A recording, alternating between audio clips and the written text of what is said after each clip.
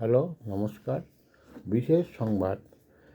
এক ব্যক্তি শিলিগুড়ি সুভাষপল্লী থেকে এনজেপি যাচ্ছিল লাল রঙের টোটো করে।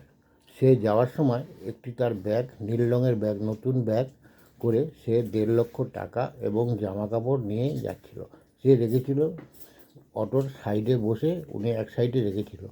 যাওয়ার সময় সে টের পায়নি তার ব্যাগটি পড়ে যায়। সে এনজেপিতে গিয়ে তার খেয়াল হয় যে আমার ব্যাগ নেই। সে টোটোওয়ালাকে বলে, আমাকে ঘুরিয়ে নিয়ে চলো। সে জিজ্ঞেস করতে করতে সারা রাস্তা জিজ্ঞেস করতে করতে এসছে, আমার ব্যাগটা কেউ পেয়েছেন, আমার ব্যাগটা কেউ পেয়েছেন। কেউ তো স্বীকার করেনি ব্যাগটা। সে 2-3 বার রাউন্ড খাওয়ার পর তিনি ভক্তিনগর থানায় গিয়ে একটা মিসিং ডায়েরি করে আসছেন, কিন্তু এখনও পর্যন্ত তার খোঁজ পাওয়া যায়নি। যদি কেউ পেয়ে থাকেন তাহলে অবশ্যই সেই ব্যাগটি বিশেষ করে ভক্তিনগর থানায় জমা করবেন।